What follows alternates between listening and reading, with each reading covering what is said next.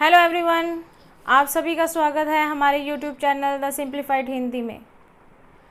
अपनी पिछली वीडियो में मैंने आपको कक्षा 12वीं की पाठ्य पुस्तक में से हरिवंश राय बच्चन द्वारा रचित कविता आत्म परिचय की व्याख्या बताई थी।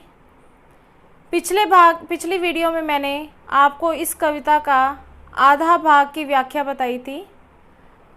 इसके आधे भाग की जो व्याख्या है वो आज मैं अपनी इस वीडियो में लेकर आई हूँ।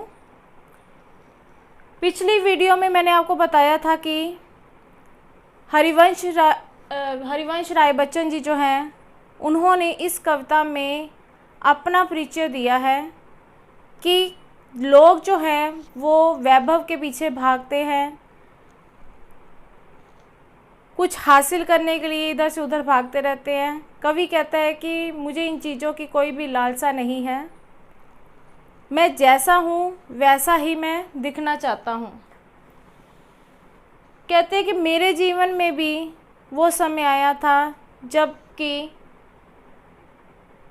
यौवन का जो उन्माद था वो मेरे ऊपर पूरी तरह से चढ़ा था। ये नहीं था कि लोगों के साथ ही ऐसा होता है, बल्कि मेरे जीवन में भी ऐसा समय आया था और उसी की यादें जो हैं वो मैं आज भी अपने जीवन में लिए फिरता रहता हूँ।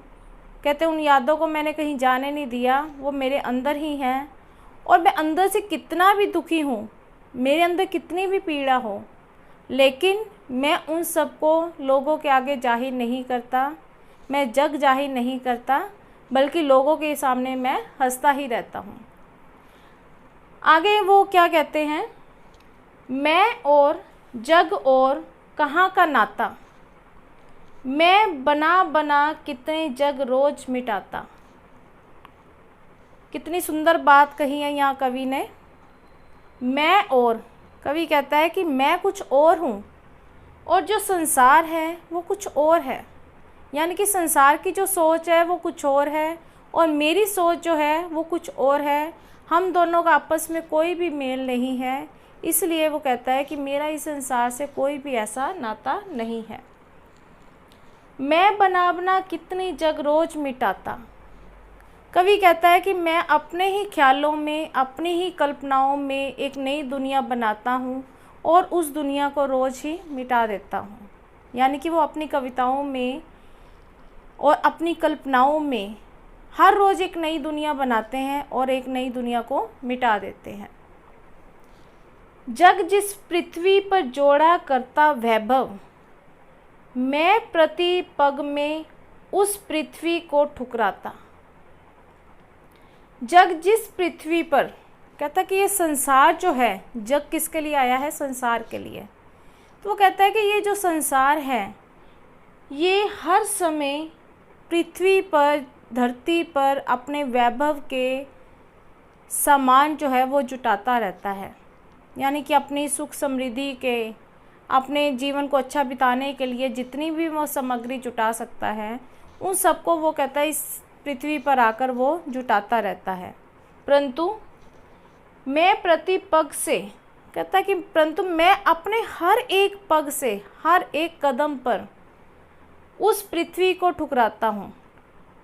कहता कि जिस पृथ्वी पर लोग वैभव के सामान जुटाते हैं, मैं हर एक कदम पे उस पृथ्वी को ठोकर मारता रहता हूँ। यानी कि कवि को इन सब से कुछ भी लेना देना नहीं है। मैं निज रोदन में राग लिए फिरता हूँ, शीतल वाणी में आग लिए फिरता हूँ। निज का अर्थ क्या है, रोज।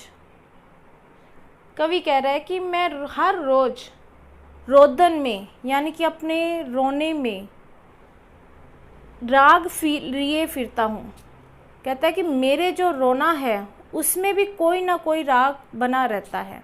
कहता कि हर एक रोने में मैं एक नए राग को लिए फिरता हूँ। शीतल वाणी में, कहता है कि मेरी वाणी जो है वो बहुत शीतल है, बहुत अच्छी है, लेकिन उस वाणी में से भी आग निकलती है। यानी कि मैं बोलता तो बहुत शीतल हूँ, लेकिन जो मेरे वचन हैं उनमें से भी आग निकलती है। क्या कहना चाहता है कवि कि जो मेरी कविताएं हैं, जो मेरी रचनाएं हैं, कहता कि उनके शब्द इस प्रकार के हैं कि वो लोगों के लिए आग बरसाने का काम करते हैं। हो जिस पर भूपों के प्रासाद निछावर। प्रासाद का अर्थ क्या है? ढेर। मैं उस खंडर का भाग लिए फिरता हूँ। कहता है कि हो जिस पर भूपों के प्रसाद निछावर। खंडर, खंडर क्या कहा गया है? खंडर शब्द का प्रयोग यहाँ पर हमारी जो परंपराएं हैं, हमारी जो संस्कृति है, उसके लिए कवि ने यहाँ पर प्रयोग किया है। कवि कहता है कि हमारी जो संस्कृति है वो कहीं ना कहीं ख़त्म होती जा रही है, कहीं ना कहीं गुम होती जा रही है। तो कहता है कि मैं उस संस्कृति को बचाना चाहता हूँ और उसे बचाने के लिए मैं भूपों के प्रासाद निछावर, यानी कि जो राजाओं के महल हैं, उनके महलों का जो ढेर है, कहता उन सबको भी मैं उसके ऊपर निछावर कर सकता हूँ। यानी कि कवि क्या कहना चाहता है कि मैं अपना सब कुछ निछावर कर सकता हूँ। किसके लिए? अपनी जो परंपराएं हैं और अपनी जो संस्कृति है उसे बचाने के लिए। आगे कवि क्या कहता है? मैं रोया इसको तुम कहते हो गाना, मैं फूट पड़ा तुम कहते छंद बनाना। क्या कहता है कवि कि जब भी मैं रोता हूँ तो मेरे रोने में भी तुम्हें ऐसे लगता है कि जैसे मैं गाना गा रहा हूँ, यानी कि मेरा रोना भी तुम्हें एक गाने के समान दिखाई देता है। जब मैं फूट पड़ा, कहता और जब मैं बहुत ज़ोर से रो पड़ा, मेरे अंदर का सब कुछ फूट कर बाहर निकल आया, तब तुम्हें ऐसा लगा कि मैंने उसे छंद का रूप दे दिया, अर्थात मैंने उसे एक छंद बना दिया।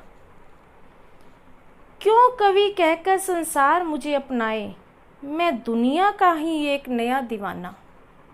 कवि कहता है कि ये संसार मुझे एक कवि के रूप में ही क्यों जाने। कहता मैं इस संसार में कवि के रूप में नहीं जानना चाहता। किस रूप में जाना चाहता हूँ कि लोग मुझे किस रूप में जाने कि मैं दुनिया का हूँ एक नया दीवाना। एक नए दीवाने के रूप में मैं चाहता हूँ कि ये संसार जो है वो मुझे जाने, वो मुझे पहचाने।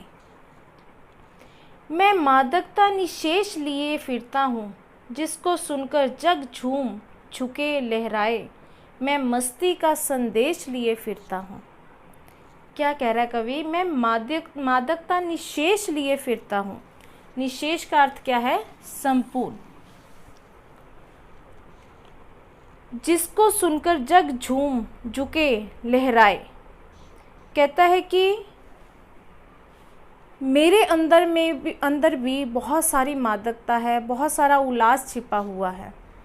कहता है कि मेरे अंदर जितनी भी मादकता है, जितना भी उल्लास है, वो सारे का सारा उल्लास मैं इधर उधर लेकर घूमता रहता हूँ, ताकि उसको सुनकर ये संसार जो है वो झूम जाए, झुक जाए और लहराना शुरू हो जाए। कहता है कि मैं मस्ती का संदेश लिए फिरता हूँ। मैं अपने साथ हमेशा ही एक मस्ती का संदेश लिए इधर उधर घूमता रहता हूँ, ताकि लोग उस संदेश को सुने, झूमे, लहराए और पूरी तरह से झुक जाए।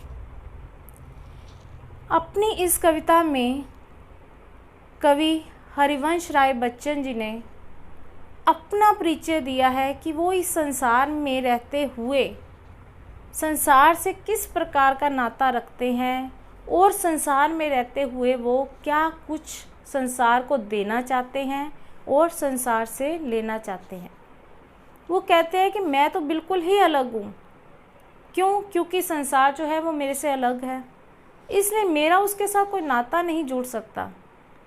लेकिन मैं अपने अंदर इतनी मस्ती लिए घूमता रहता हूँ, मेरे अंदर इतनी मस्ती है, इतना उल्लास है और इतने बढ़िया तरीके से मैं उसको लिए घूमता रहता हूँ कि मैं चाहता हूँ कि लोग उसके राग सुने और मस्ती में झूम जाएं, झुक जाएं और लहरा जाएं।